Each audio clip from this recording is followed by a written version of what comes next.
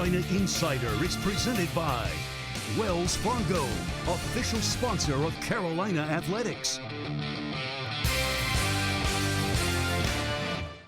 We're back. Time for another edition of the Carolina Insider. Thanks so much for joining us. My name's Jones Angell. That's Adam Lucas, and we may as well get right to it because we have a lot to talk about. A ton of Tar Heel activity. We're going to talk with Elizabeth Scotty of Carolina's women's tennis program, fresh off yet another ITA Indoor National Championship, and we're going to go through the social drive as well. But Adam, we start with basketball.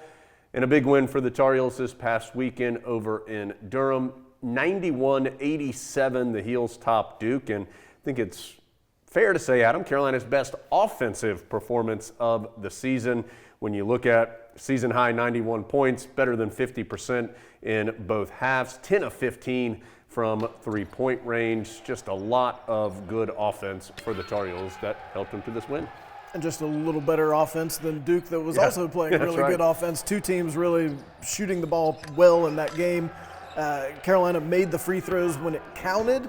9 of their last 10 down the stretch to seal the win. That was a big road win. Carolina needed to play well on the road because they've got, as you know, a tough road game coming up on Saturday at Virginia. Just needed a good road performance to go into a very tough stretch of the schedule. 6 Tar Heels finished in double figures in this game, and they were led by Caleb Love, who had 25 points, 7 assists. He made 4 three-pointers in his 5 attempts from behind the arc. He was named ACC Freshman of the Week, second time that Caleb has earned that honor this year. RJ Davis and Day'Ron Sharp have also been named Freshman of the Week once this season for Carolina, and Adam, well-deserved, a terrific performance by Caleb Love. Well, and a great note by the team of Jody Zeugner and Steve Kirshner. Only 3 Tar Heels have ever had 25 points and 7 assists at Duke. Caleb Love, Charles Scott, Phil Ford. It's pretty good company to be in for the freshmen. Of course, the Tar Heels, anytime after a big win, have some fun. It's even a little extra funner in the locker room after a win over Duke. And Coach Williams was showing off his dance moves. Let's take a look.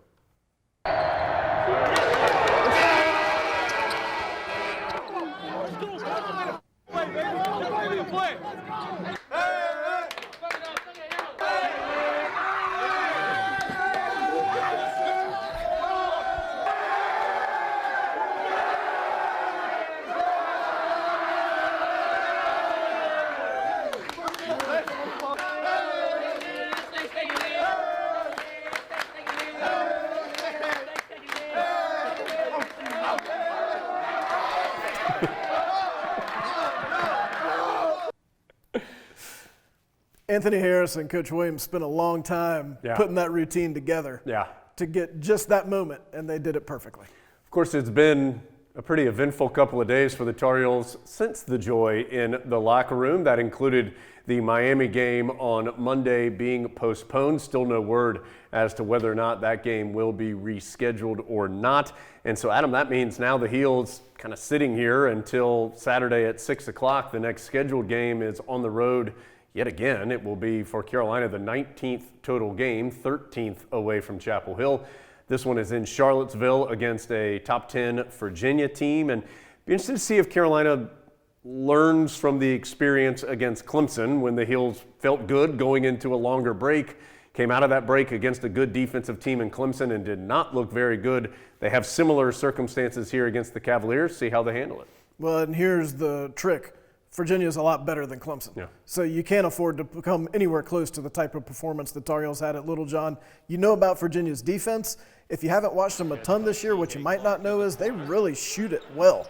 And they're good from the perimeter. Hauser and Huff and Murphy, all dangerous from 3 points. So Carolina's going to have to play well offensively as they did in Durham, but they're also going to have to play well defensively because Virginia can score this year. Yeah, Virginia taking and making more three-pointers than it has in recent history, and another formidable team for Tony Bennett up in Charlottesville. All right, let's change gears, and we mentioned this at the top of the show, but Adam, this has become an old hat for Carolina's women's tennis team. Another ITA Indoor National Championship for Brian Kalbus and his squad. It is the second consecutive year, third out of the last 4 years and fifth time since 2013 that the Tar Heels have won this national title. It came with a come-from-behind victory against the number 3 seeded Texas Longhorns. 4-3 was the final. We're going to talk to Elizabeth Scotty a little bit later in the show, who sealed up the game-winning point or the match-winning point for the Tar Heels in this one. Scotty, who is a sophomore,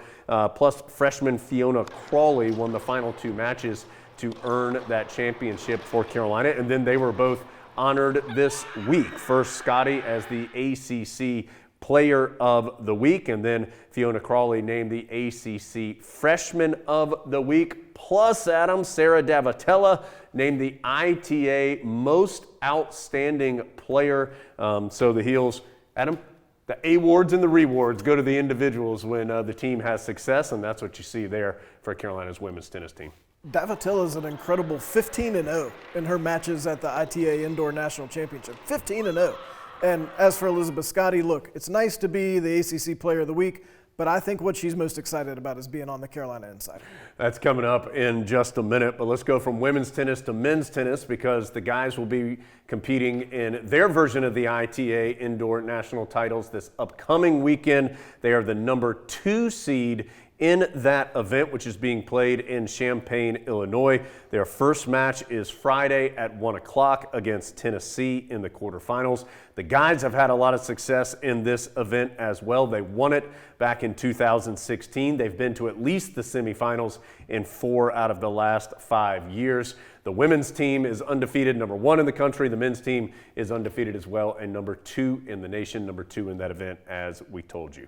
Men's lacrosse got its season started this past weekend and did so in a big way on Sunday. Early game on Sunday morning against Denver, and the Tar Heels wallop Denver 24-13, the final score. Both those teams top 10 teams. The 24 goals, the most ever conceded by the Pioneers. And Adam, what a great match for the Heels. 10 different players scored, including Chris Gray, who scored 6 times. He also had an assist, and for his work was named the ACC Offensive Player of the Week. Carolina men's lacrosse sneakily kind of loaded this year. Keep an eye on them. Not as highly ranked right now as the women's program, but they're good. Oh, Adam, what a transition. Because speaking of the women's program, they're number 1 in the country, looking to get their season started this weekend. Had a game on Saturday against James Madison that has been postponed. So the Tar Heels anticipating to start their season now Sunday to get things started. They are number 1 in all the different women's lacrosse polls. They return co-national player of the year in Katie Hogue and Jamie Ortega. So Adam, this is a good team too. Had a chance to talk to Taylor Moreno, the goalkeeper, this week, who's another one of those seniors who wasn't expecting to be able to return. She was talking about how excited they are to finally be able to get out on the field. They feel like, obviously, they've got a great chance at winning a national title. From women's lacrosse to women's basketball, the Tar Heels have had a bit of an up and down year as they've tried to navigate through this unique COVID season, but had one of their higher highs of the season as they took down number 4 NC State. That was in Carmichael on Sunday. 3rd year in a row that the Tar Heels have beaten a top 10 ranked NC State women's program. Freshman Alyssa Ustby had 20 points and 12 rebounds. Stephanie Watts had 17 points in the game as well. And just like the guys, the women were excited in the locker room after their big win as well. Yeah!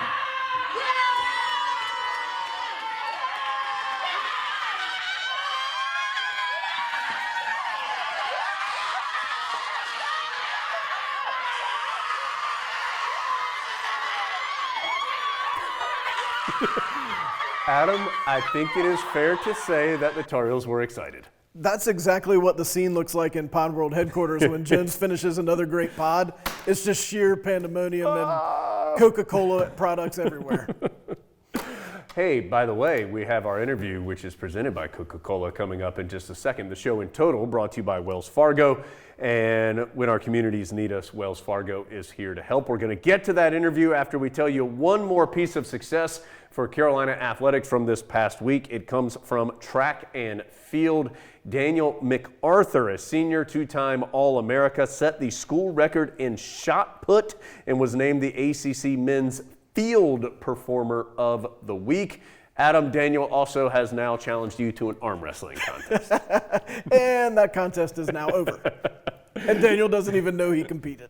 So congratulations to Daniel, to the track and field team, all the Tar Heel teams. A lot of success in these last couple of days for the Tar Heels. That includes with women's tennis, as we talked about, including Elizabeth Scotty, who Adam and I had the chance to talk to here on the Carolina Insider. Our guest today is having a big week. Sunday night / early Monday morning, win a national championship for the Tar Heels. Earlier this week, named ACC Player of the Week, Elizabeth Scotty. What's this week been like for you? It's been full of a lot of emotions, but overall just super exciting and very good start to the week. Elizabeth, so we want to talk about the clinching point for Carolina to win the ITA indoors here coming up in a little bit. But as Adam referenced, the entire match against Texas didn't start until I think it was around 10:30 Eastern time, late on Sunday night. How do you stay ready when you're not starting until so late in the day? Well, it's kind of funny because my team always calls me like the grandma in the group, and like my bedtime is 10 o'clock. So it was, I had a very long nap during the day. We sort of knew there was a lot of good teams competing before us that we knew would like kind of have to battle out there. So we were planning on playing later than the predetermined 6:30 that we were supposed to be at. So I took a long, at least 1-2 hour nap. So that's how I stayed awake. Adam, you and Elizabeth sound like kindred spirits there. That's exactly right. Once Matlock goes off, then you got to go to bed. It's time to get some rest. Wheel of Fortune's over. It's bedtime. So Elizabeth, take us through your match. And for Tar Heel fans who don't know, Elizabeth had the clinching point for the Tar Heels in a 4-3 win over Texas to win the ITA indoors. Big comeback for you in this match. Elizabeth, take us all the way through it. Well, I mean, it was a long match start to finish. I actually had the lead in the first set, up 2-0. I know my opponent pretty well, Charlotte. We have trained together a bit and stuff, so I knew that she was a really good player. It was one of those things, I was in it the whole time. I just wasn't able to get the games, especially with the no ad scoring. It would be 2-3 points determine, oh, now I'm down 5-4. Now I lost the set 6-4. So going down 0-4 in the second, I still felt like I was in it, but even though like the score is like, you really shouldn't have a chance. But like my team, they just supported me so hard throughout, and Allie, Sanford, and Lex were next to me. And after Lex finished, they were just screaming every single time I won a point, and it just kind of helped me get back into it. And once I got that second set, I was feeling like very confident going into the third. I started playing a little bit looser, like just relaxed, and started ripping balls more. So that I think really helped me carry that through the third set. I assume you're aware of what is happening on other courts as the score is sort of evolving, and you realize that it's down to you, I'm guessing. Well, I knew Cam had lost because there was a lot of just crazy "Go Texas" things being shouted, and I knew he was down for a while. I'm not a big scoreboard checker. I don't like to look and see what other people are doing, but you can just tell. So I knew that Fee was losing for a little while, but then everyone started, I just heard Fee, like go Fee, go Tar Heels. So I'm like, okay, I think she's coming back. So I'm like, I'm not gonna look, but it might come down to me, and like that's not normal, I guess, because normally I'm one of the first people off, win or lose. I play pretty quickly, so it's kind of a rarity for me. Elizabeth, when you're down in a match like that, how do you get out of your own head? Like, you know, how do you kind of stay with the process of just, hey, point by point, game by game, just trying to climb back in it, as opposed to like, oh man, I'm way down here. I've got to make all this happen. No, I mean, it's true what you said. Coach Thompson came up to me and said, it's just 1 point at a time. Stay focused, really make her earn them. I think I was being just a little bit too carefree with some of those points, and he just said, make her earn all of them. Really fight, dig in. And he was like, this is such a good experience. And I'm like, are you sure? I'm down to set in 4-0. I wouldn't put that down as a great experience, but it did become one once I kind of dug in there. This is the second straight year Carolina's won this event. Tar Heels have had a ton of success overall. Why is Carolina so good in this event? Coach always says it's kind of our identity tournament. We figure out who we are as a team, and it's just a great bonding experience. I think our captains and our super seniors, Sarah, Lex, and McKenna, they kind of lead us, and they tell us, like, we've been here before, we can do it again, we'll win again, and they get the business done, like, really. Elizabeth, before we let you go, what is it about Brian Kalbus that has allowed him to build such a successful program? Not just one good year, but year after year after year have one of the better teams in the nation. What is it about Coach Kalbus, in your opinion, that's allowed him to do that? It's the players he picks for this team. He picks the best people, and then coming with that, he always gets the top of the crop players based on his results. And just the team values we have. We have Tar Heels, and it's a whole acronym of like things.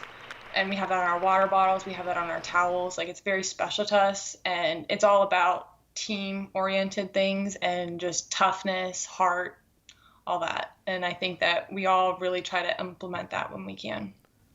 What do you think it does for you as an athlete, and then just for the program as a whole, that Carolina women's tennis is really good, but there are a whole bunch of programs on campus that are really good, that you're constantly surrounded by other athletes who are at the very top of whatever sport they play, and teams that are at the top of the country? I mean, it's super encouraging because they're going through the same things as you. It's like everyone can relate to one another with, yeah, I missed class, but I had to go win a national title. Like, there's certain things where people are like, no, I've done that too. And you don't feel as alienated, I guess. Elizabeth, thank you so much for your time. Congratulations on individual success, on the team success, and of course a long way to go here this season for Carolina's women's tennis team. Undefeated, #1 in the nation. Eyes towards that NCAA title coming up in the spring. Thank you so much for your time, and congratulations again. Thank you so much. Thanks again to Elizabeth Scotty for her time. Congratulations to her and to the entire Carolina women's tennis team for their national title. They, as we said there at the end of the interview, have their eyes toward the NCAA championships coming up later in the spring. Our interview is brought to you by Coca-Cola, which tastes better together. Also tastes pretty darn good when we're going through the social drive here on the Carolina Insider. Adam, we start with the Super Bowl as a Tar Heel, actually a couple of Tar Heel connections here to the Super Bowl, and it started right there with the national anthem, Adam.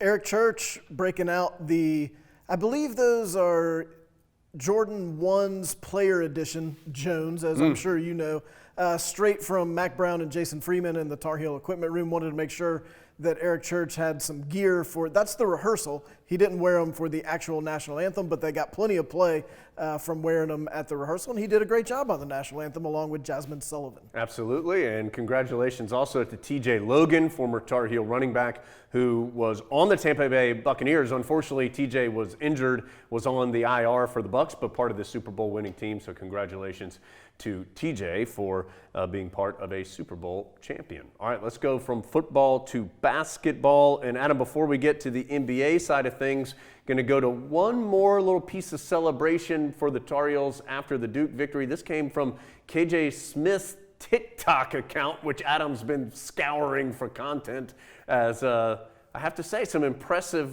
coordination here from the Heels. Well, now, I wanted to make sure we included this because we know, Jones, that you are a TikTok dance expert, and I just wanted to see what you thought of this particular routine that the Heels have put together. I'm guessing the Tar Heels got a little more traction and love for their TikTok ability. I enjoy veteran play by Leaky Black just to get his head in there at the end to make sure he got a cameo. I like that. Yeah.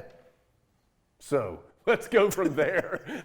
Adam, thank you for following up on that point. Let's go from there to the NBA, where the Heels continue to have success. And we're going to start off with, I don't think we've talked about this gentleman much this year. Great to see one of our favorites, Adam, Reggie Bullock, having a big day. 7 3-pointers in this game for the New York Knicks. as we talked about last week, never sleep on basketball players from Kinston.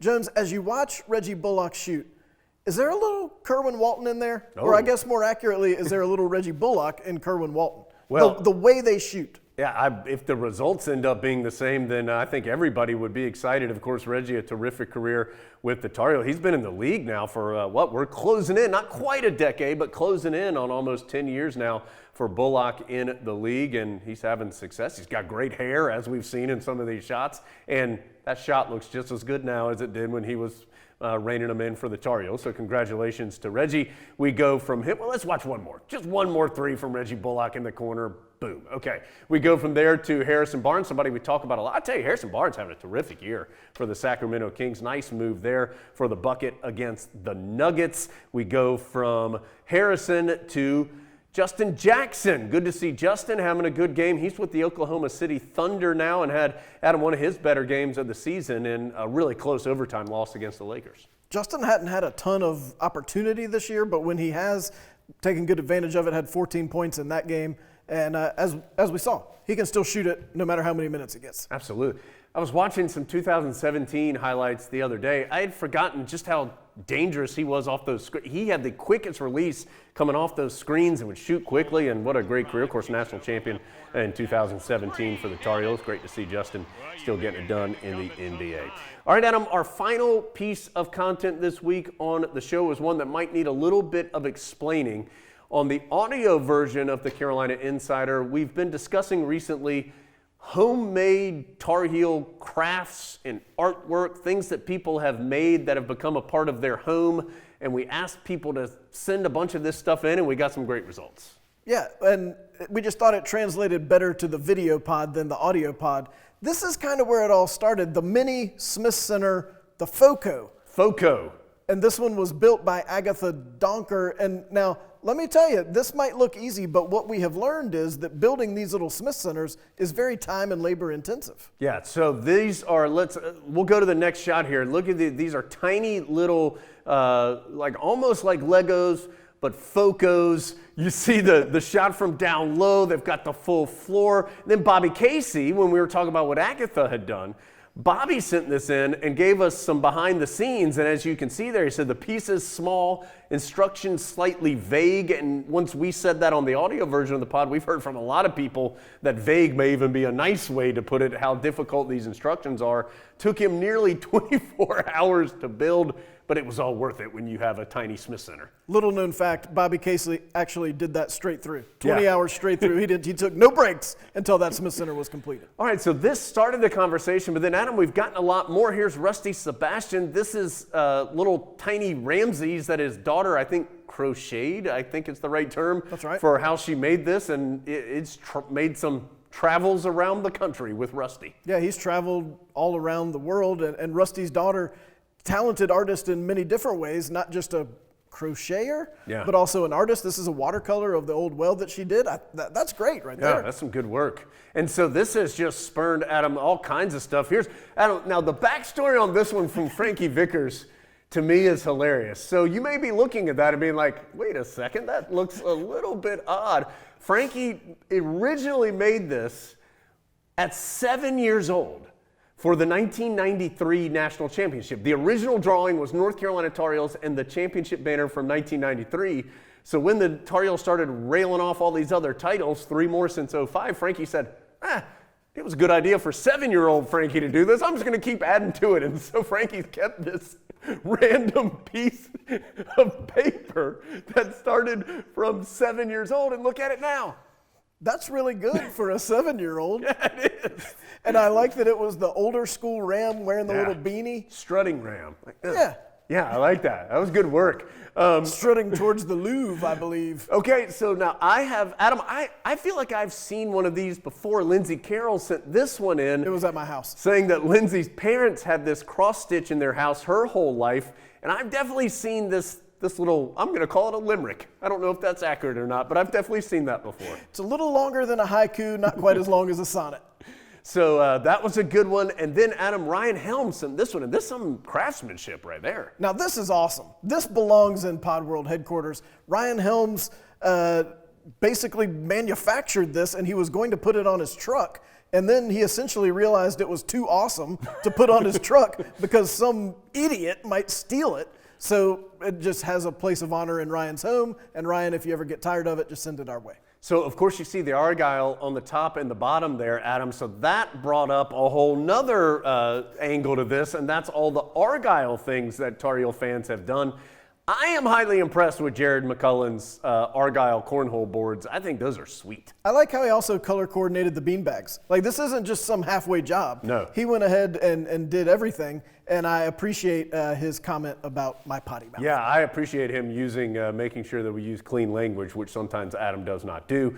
Here's some more cornhole boards going with the old school, the Robo-Ram logo there for the Tar Heels. Alan Huffman also showing off some of the Argyle border that is in his man cave Tar Heel fan room, which we get a good look at there. And what we have heard, Adam, from multiple different fans is that the Argyle is not easy to do. We see some there from Alan. Let's go to another one. We've got some more here. There's Aaron Gully. That's a classy touch there, I feel like, from Aaron Gully at the top of some kind of bar, hangout, sports room in Aaron's house. We've got some more here, I think, of the Argyle. There's Dr. Wesley Lindsay, a.k.a. Johnny Bananas, also sent us some. That's an impressive man cave there with a whole bunch of Tar Heel memorabilia and some different takes on the Argyle. And as Dr. Lindsay says, can confirm a huge pain in the backside to paint that. He had to hire a pro. So